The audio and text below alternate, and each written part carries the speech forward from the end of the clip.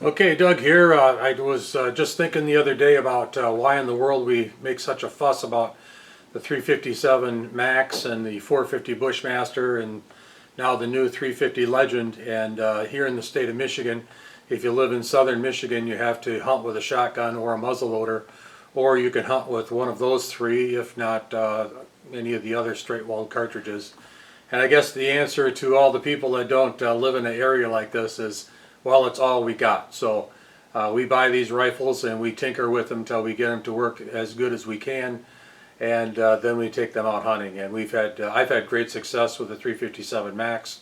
When the 350 Legend came along, I decided I was going to buy one just to tinker with it, and I've been having a lot of fun with that. So the other day I was on the internet, and there's a whole bunch of people arguing about whether it's legal in Ohio, because in Michigan it's labeled as a 35 caliber is legal. I guess in Ohio it's 357.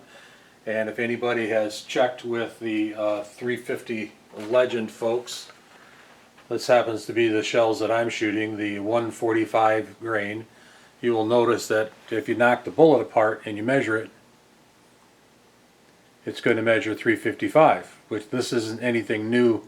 This isn't new information for anybody out there that really studies the whole thing, but 355 is the diameter of a 9mm. So after I got done listening to their ranting back and forth on whether you can use a 350 Legend in Ohio or not, I was fiddling around and found a bunch of 147 grain Federal HTSs. They're nothing but a tactical round.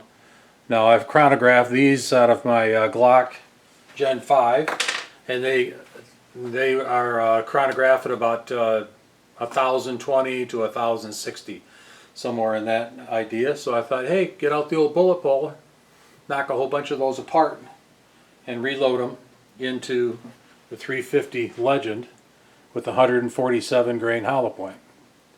Now, am I going to go out and deer hunt with this? No, probably not, but I'm just fooling around. And just a word about watching some of the videos on YouTube. Awful lot of serious people out there that are arguing the merits or not the merits of the 350 Legend, and they get pretty serious about it.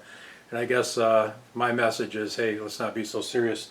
Let's have a little fun. So I loaded up 7 rounds, which isn't exactly a scientific study, and I took them out and I shot them, and this is the results off chronograph. You will notice that there's actually probably 9 rounds there, but there's 7 right there. So the average is 2,371 feet per second, which is approximately 171 feet per second faster than what Winchester is calling for. Extreme spread's pretty good at 50. Standard deviation is 20. Now this is H110 hand loads with a CCI 450. I'll let you figure out how much powder you're going to put in it. And here's the interesting part. This is the group that it produced, and as you can see, that's 1.022. Not a bad group out of a $450 rifle. Incidentally, I haven't mentioned, but this is out of the Ruger American 16.5-inch barrel. Ruger, please do me a favor, put a 22-inch barrel on it. I don't mind carrying around the extra barrel. I'd love the extra 250 feet per second. So I was just having a lot of fun with this whole thing. After I shot this group, I ordered 500 of Hornady's 147 grain hollow points, and they haven't arrived yet, but I'm anxious just to throw them together and take them out and shoot steel plates and papers and whatever else I might need to shoot at. I think when it boils down to hunting, I actually loaded them with the same round that I load. I don't have any laying around here. Oh yeah, here we go. This is a 357 Max.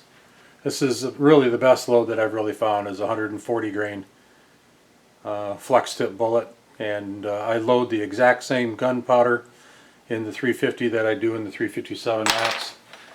Love to show you the gun. I've got it out to loan right now for the Owen Foundation. He's got 2 redheads that are going to hunt the youth hunt with it.